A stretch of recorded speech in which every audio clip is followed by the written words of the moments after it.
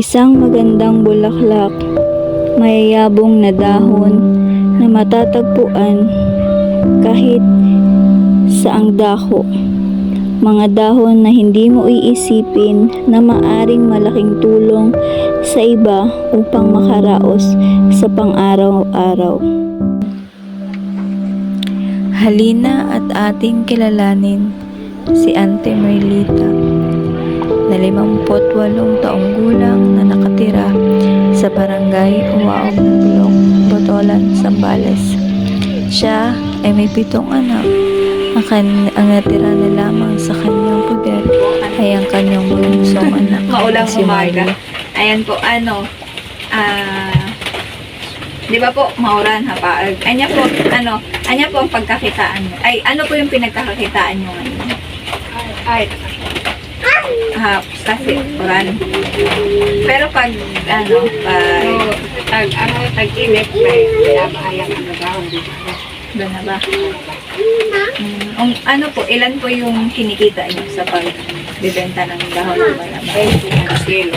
20 isang Kung kilo. depende kung isang double ka, 20 kilo na.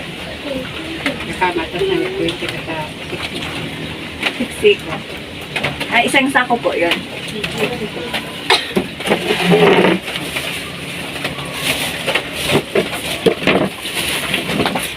Po yan? Hindi. Depende kung Kung 60. sakyan. Pinakabatan 20. 20 kilos. Kilos. Sa isang kilo po, magkano yun?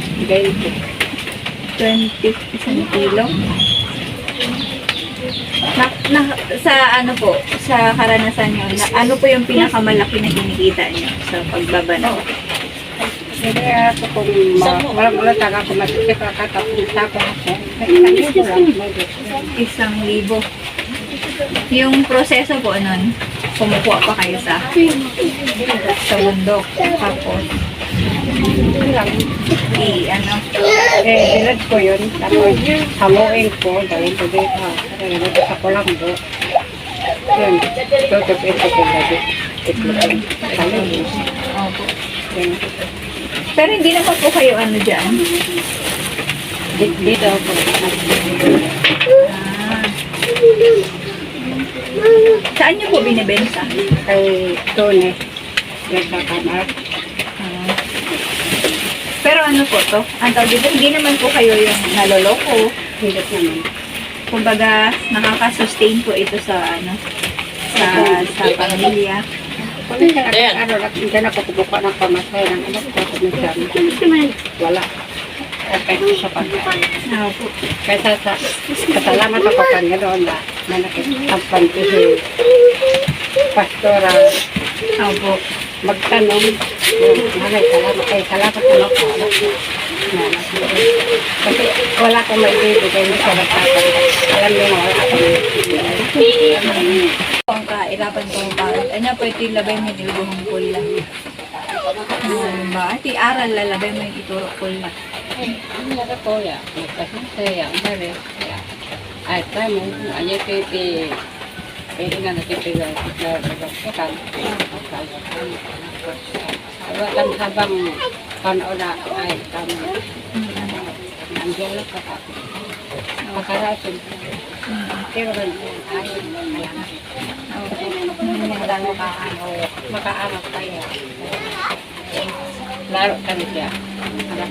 Kaya sinamahan namin si Ante Merlita sa pagdi-deliver ng kanyang naipon na dahon ng banaba upang masaksihan kung paano ang katas na kanyang paghihirap ay masusuklian ng sentimo na siyang magagamit sa pambili ng kanilang pagkain at panggastos sa panibagong bukas na darating. Makikita sa mukha ni Ante Merlita ang saya na mayroon siyang may uuwi sa kanyang naghihintay na mga anak at apo. Si Ante Merlita kasama ang kanyang banaba sa pag-asa na darating ay naghihintay na handang lumaban ng patas sa buhay upang sa kinabukasan ay merong ngiti muli sa kanilang labi. Marahil ang buhay ni Auntie Merlita ay malungkot at mahirap dahil sa kanyang kalagayan. Kaya naman, ang naisip niya lamang na paraan upang mabuhay ay ang pagbibenta ng banaba.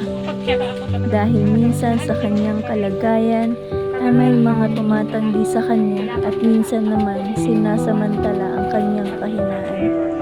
Pero baon pa din ang inspirasyon na mapagtatapos niya ang kanyang bunsong anak. Si Auntie Merlita kasama ng kanyang banaba ay lilikha ng panibagong pag-asa sa kanyang pamilya. At ito po ang kwento ng buhay ni Auntie Merlita. At ako po ang inyong lingkod, Fredeline Espiritu, mula sa BED 2, Cohort 5.